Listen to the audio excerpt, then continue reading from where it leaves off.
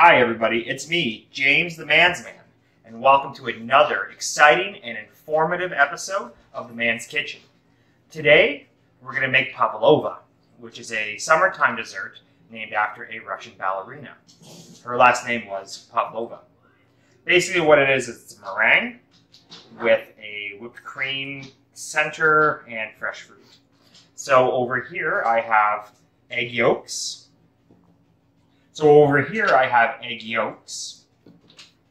Sugar, cornstarch, and vinegar for the meringue. Then for the whipped cream I have cream, sugar, and instead of vanilla extract today, we're going to put some Kahlua in there. Because everybody loves Kahlua. And we're going to get to that right after this.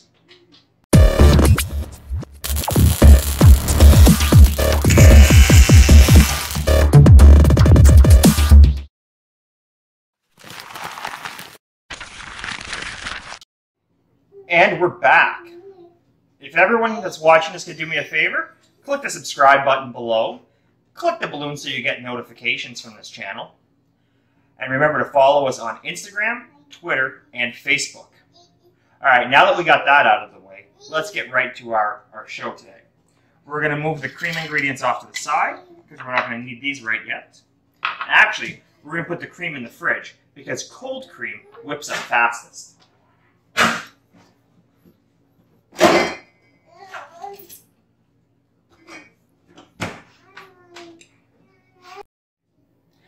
So now we have our mixer out. We're going to add our egg yolks. We're going to attach our whisk attachment. And here's a good tip for you guys. Don't put these in the dishwasher. I worked at a restaurant years ago. They used to put this in the dishwasher all the time. And part of the problem is I think this is aluminum or stainless, and this is magnesium. So what happens is actually the heat of the dishwasher is enough to break the solder in here, and it'll actually come apart. I'm going to put the safety lock on, and we're going to crank this up to speed 7.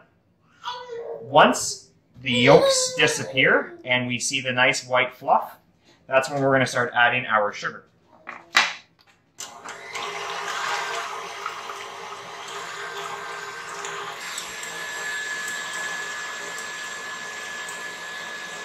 We're going to gradually add in the sugar. Oh, there's a big lump, so let's make sure we smash that up.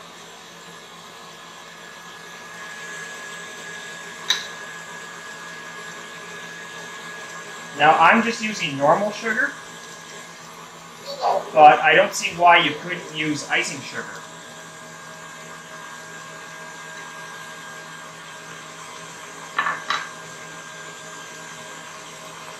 Now that it's getting thick, you can actually hear a change in the motor. You can tell that it's working a little harder to keep the speed.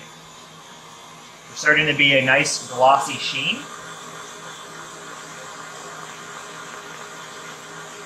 And you want to mix this up till the sugar is thoroughly dissolved.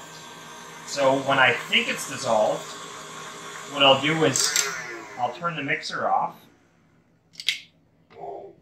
open it up, and I'll just take a little taste. There's still granulated sugar crunching between my teeth. I'm going to let it go another half a minute. A half minute has passed, and I tried the taste test again. The sugar was gone, so now I'm going to add my cornstarch.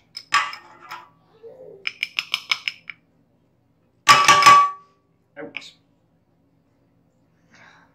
Am I the only one that hates the feel of cornstarch in their hand? I hate when it's so fine, it feels wrong. I don't like touching it. Now we got our vinegar in there. And we're going to mix this up for about another 30 seconds. Okay, about another 30 seconds have passed. We'll undo our safety lock there. Pull this up.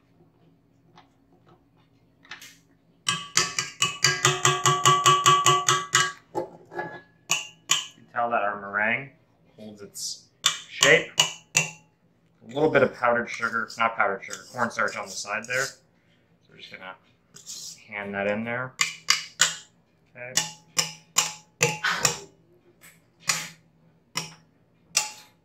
Okay, we'll set this in the sink.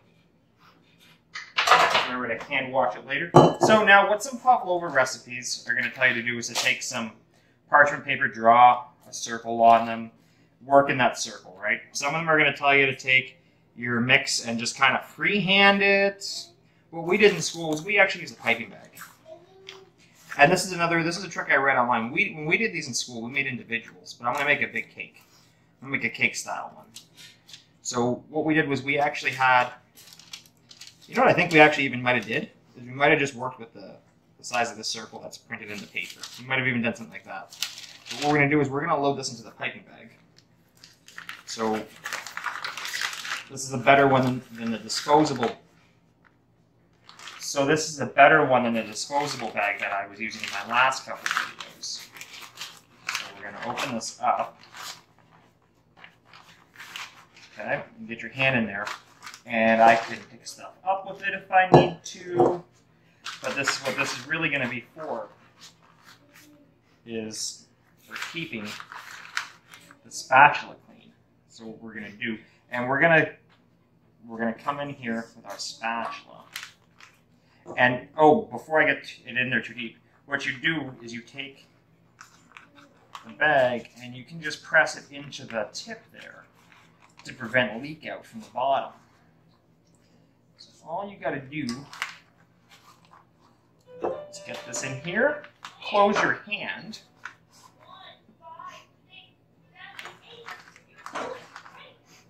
okay. If your mix is runny and it's going in the piping bag, start out with a spoon. Alright, so we're just going to load this up. Oh, let me tell you, I've had a day today. My day started out at 5:30. Today's my day off from the restaurant. I got one day off a week. And my day started at 5:30 today, so I could get to the gym. I got to the gym around 6:15. Now, I don't know how many of you out there like going to the gym or do it just because, but today was leg day. So I was doing deadlifts and squats. Those are my two big ones today, deadlifts and squats. And then I took my 21 to 22-month-old son out for a walk around a creek that's local to us that has a walking path around it. And the city is actually marked on it the kilometer distance. It's a 3-kilometer round trip. We did a lap and a half of that after leg day. And then I took him to the beach. And I am lobster red under the shirt. So you can see how well I've scraped it. I can scrape it down more if I want. Try and get every last bit of meringue out of here. And you can see none of it's shot out the bottom of my bag. All I have to do now is roll this up. Okay, and this is how a professional loads up a piping bag. Okay, what you want to do is you want to give it a couple rotations. Okay, you want to get the pressure on it. So basically, the pressure is preloaded from spinning it, and then all you have to do is just give it light squeezes, and stuff comes out. So what we're going to do first is we're going to put a couple little dabs on here, and that's basically going to glue this parchment paper in place. Now, some recipes are going to tell you, after that's done, just start spooning it on. What we're going to do is we're going to make our base.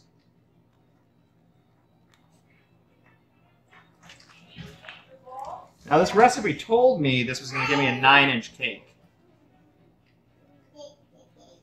So, that's what we're going to do. We're just going to work this up. It's going to collapse in a bit just because of its size. But this is a meringue dessert, so it's okay. Okay, we're going to get every last bit of meringue out of there. And you can see that for when we will be done, there's a nice well in here for our whipped cream. And you've got some nice look to it from the piping tip. So my oven has been preheated to 300 degrees Fahrenheit convection. Before I put this in the oven, and the oven is hot, I'm going to clear this out. I'm going to hit convection bake, and I'm going to hit this now to 210 degrees Fahrenheit. I'm going to hit start, and obviously the element is not going to come back on, or in this case, the gas is not going to fire back up until the oven cools to 210. But I'm going to drop this into the oven. I'm going to move the rack down one position because I want this in the center.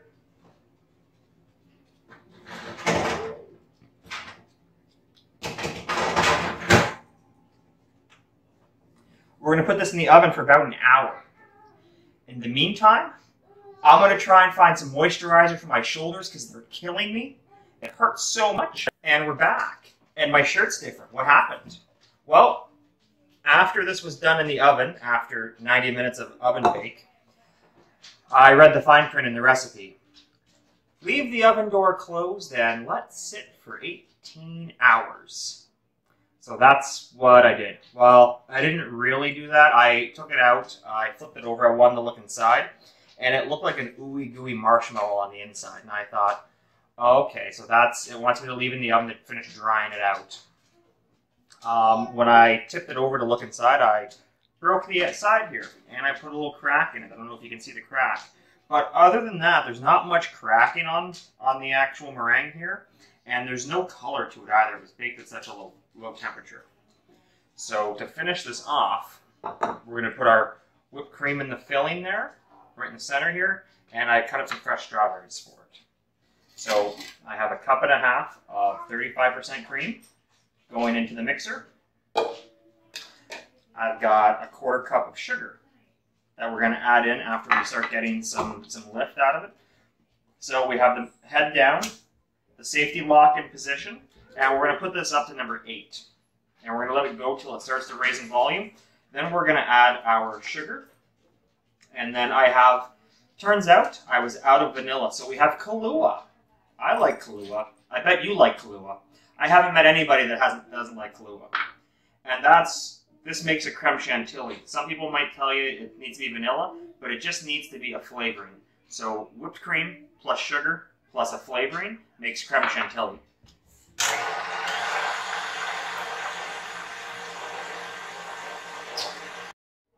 Okay, so as you can see now, when I lift the head up, we're starting to get some whipping action on our whipped cream. It's now at the perfect spot to start adding sugar and flavorings to it. So I'm going to turn it on just as a stir right now, and I'm going to start sprinkling in the sugar.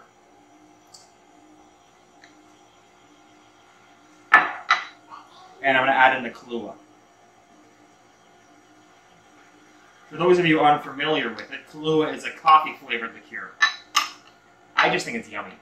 I'm going to crank this up to speed now, and we're going to let it go for about 2 minutes. Okay, everybody, I had a problem. Camera Grandma thought she was recording when she wasn't recording. She thought she wasn't recording when she was recording. So I've got about 10 minutes of video of the phone sitting down, not doing anything. And the reason this is a problem is because the last thing you just watched was me finishing making the whipped cream, and now there's a bite gone and it's finished. So what you missed was all I did was I took a spatula and I dolloped the whipped cream on top of it and I smoothed it all over. And then I took the strawberries and I put them on top. And then I cut into it and I told you how delicious it is. You don't need to see me eating it again. But what I will tell you is that it is light and airy, and the meringue gives it a little bit of a cookie crunch. So, if you like this video, please click the subscribe button, hit that balloon so you get notifications, and leave me a comment. Tell me about your camera goof-ups. Hit like for this video, and remember to follow me on social media, please, so that way you can get updates when I make more videos. Thanks, and have yourself a great day.